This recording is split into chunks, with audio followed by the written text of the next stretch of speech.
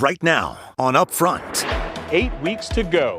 The rest of the world depends on us to stand up. The candidates, the campaigns overtaking Wisconsin. Now just 48 hours out, that high-stakes primetime debate right here on ABC. I've done well with debates. I became president. This Sunday, inside the final 11th hour debate preps, former Wisconsin Governor Tommy Thompson one-on-one with us, and Education Secretary Miguel Cardona at our studios amidst his bus tour in key swing states. Public education is under attack. There are intentional campaigns to smear public schools. Then the $855 million ask. Protests on University of Wisconsin campuses. Free Palestine! Universities of Wisconsin President Jay Rothman on his new budget pitch amidst closures and looming impacts on tuition. We'll get to it all.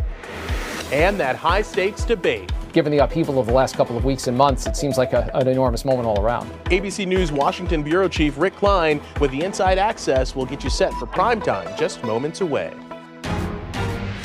This is Upfront with Jaron Jordan and political director Matt Smith.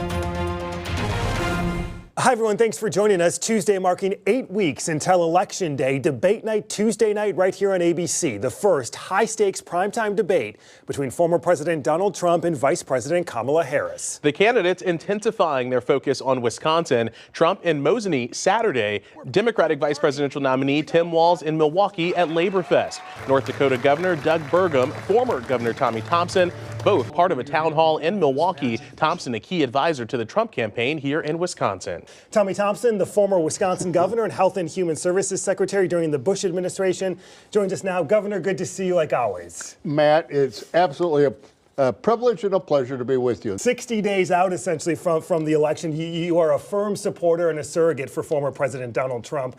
I'm curious, what are you telling the campaign they need to do in these final 2 months to win Wisconsin?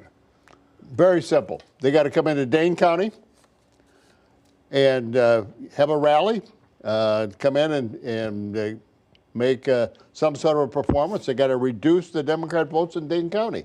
Number two, they got to go to Serb Hall and have a rally just like before your time. Ronald Reagan came and opened up Serb Hall, and South Milwaukee is a conservative Democrat area, and you can pick up a lot of votes there. And then go into Platteville and talk to the people down there about the Keystone Pipeline and opening up the border. Into the belly of the beast in Dane County, why is that critical? Because Dane County has the third number of Republican votes in the state. Milwaukee's number one, Waukesha is number two, and Dane County is number three. We lose Milwaukee County. If we don't pick up 40% of the vote in Milwaukee County, we have a tendency to lose. If we don't get 30% of the vote in Dane County and don't get 40% of Milwaukee County Republicans, we're going to lose.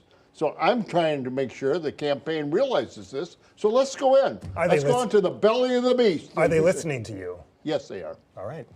It's no doubt that President Biden dropping out of the race changed the state of this race back in July. How concerned is the campaign with the enthusiasm that we're seeing with the Democrats behind Vice President Kamala Harris? I think the Republicans are very excited. They're very fearful about Kamala Harris, the vice president. They're very skeptical, and actually some of them are very scared of her policies. And this is a must-do election for Republicans.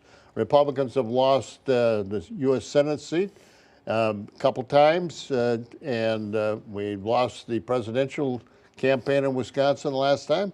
So this is a very important state for Republicans. And if we win Wisconsin, the Democrats can't win. They can't get the electoral votes. So Wisconsin, to me, is key. Looking ahead to the debate on Tuesday night, what does Trump need to do or not do on that debate stage? He's got to make sure he doesn't take the bait and become personal. He's got to talk about the importance of tax cuts, talk about economic development, talk about closing the border, reducing the illegal drugs coming into the state of Wisconsin and this country, and also being able to make sure that we're able to get energy prices down, food prices down, and get America feeling good about America. They're not feeling good about America. I mean, you got a big choice here, and the choice, I think, is quite simple, and I think Donald Trump gets that message out during the debate and pins her to the positions she's always taken and lay out his vision he's going to win. He'll win the debate, he'll win the election, he'll win the presidency. As governor, you won by margins in this state that won't be seen in 2024. I believe every county in your 94 race except Menominee. Is that correct? That is correct. And I lost that by 22 votes. And if I would have known it was that close, I would have been up there that day campaigning. And to that point, then, I'm curious, does anything give you pause about Trump that has gravely concerned some other Republicans like a Liz Cheney, especially after January 6th? No, I think, I mean, every time you have a candidate for president or governor or U.S. Senate, you're going to say, sometime during your career, you're going to say some stupid things. And I have.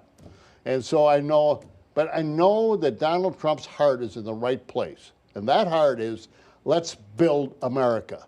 And he's got to be friendly, he's got to be nice, he's got to be articulate, he's got to lay out his vision. When's the last time you talked to Trump? I talked to Trump last Thursday night. I met him at in La Crosse. What was your conversation like? I told him exactly what I told you. This is what we have to do to carry Wisconsin. And he listened. He listened intently.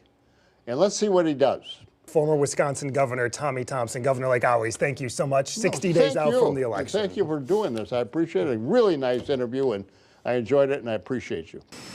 President Biden returned to Wisconsin this past week as well, his first stop to the state since dropping out of the race. Biden made an official stop in Westby, about 30 miles outside of La Crosse.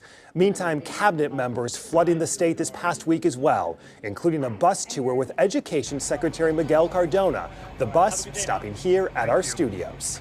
Miguel Cardona, the Secretary of the U.S. Department of Education, and joins us now in studio. Secretary, welcome to Upfront. Thank you. Happy to be here. Thanks for being here. You are in the midst of this back-to-school tour across Wisconsin and other states across the Midwest, really defending the importance of public schools. When you look at Wisconsin's largest school system, which is here in Milwaukee, and less than 15% of elementary students being proficient in reading and math, what do you think that says about the state of public education? Yeah, well, look, it's a public education is constantly in need of additional support, and sadly these days defending. You know, I am proud that Wisconsin used the federal dollars well. I know second grade reading scores are at pre-pandemic levels, and I know that across the country they're ranking pretty high, but there's still work to do. For me, this bus tour is about celebrating our back to school, but also recognizing the importance of public education. It really is under attack in many parts of our country, and while underfunded in many places, we're seeing money being taken away to pay for private tuitions and vouchers. You said public schools are under attack. About a year ago, the Democratic governor here, Tony Evers, in Wisconsin, signed a bill that not only increased public school funding, but also increased funding for school choice across the state. Is that the right move? You know, I'm a big believer in choice. I chose technical high school when I went to high school, so it's not really about choice. For me, it's really important that we make sure that, you know, when we talk about achievement levels, when we talk about chronic absenteeism, when we talk about the fact that across the country, teachers are paid about 25% less than people with similar degrees in other professions, and that here in Wisconsin, a starting salary for teachers is $41,000. Many times teachers have to get another job to make ends meet. I want to make sure that our local neighborhood school has the resources it needs to move forward. Nothing against choice, but I want to make sure that before we start saying that our schools are not meeting the needs of students, we're properly funding them. I want to ask you about school safety, big picture, as this new school year kicks off. As part of a new state law, Milwaukee Public Schools was required to reinstate school resource officers. They have yet to do that. They have not complied with state law. I'm curious from your perspective, though, broadly, should every school in America have school resource officers inside them? Yeah, you know, I can answer this question not only as an educator. I was a district leader for many years and a commissioner of education in Connecticut, but also as a father. Look, for me, the safety of children is the most important thing, right? Those decisions are really local decisions. State boards of education, local boards of education should be making that decision and how to implement them and make sure that they work. It seems, based on your question, that there's already the decision to do it. They're just trying to implement it. For me, I've seen school resource officers used in a way that really builds relationships with the students and really not only creates a positive learning environment climate, but also gives students an opportunity to explore another career option too. Public service, public safety is a career option. So when used well, I see them being a tremendous asset in schools. Do you think they should be mandated at any level? At the federal level, you know, that's not, I don't believe it's the federal government's role to mandate what happens in the classrooms, just like I don't think the federal role should be banning books or making decisions that we see in some states that I think are overextending their authority. Former President Donald Trump has promised, if elected, to shut down the Department of Education and has said that the idea would be to move education back to the states. You don't agree with that plan. Why isn't that a good idea? Well, look, the Department of Education has a limited role. It really does. I mean, when I was Commissioner of Education, I had more authority in terms of curriculum and policies at the state level. And I believe that's where it should stay. However, the Federal Department of Education is also a civil rights agency.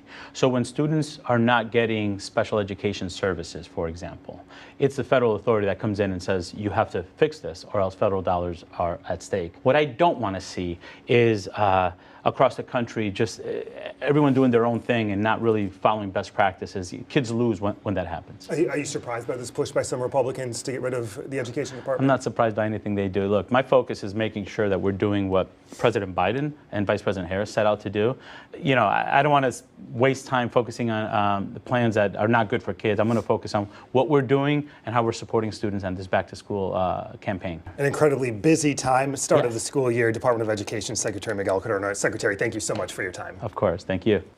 Up next, the $855 million pitch. Universities of Wisconsin President Jay Rothman standing by. Tuition increases on the line and the red line for protesters. It's all ahead next.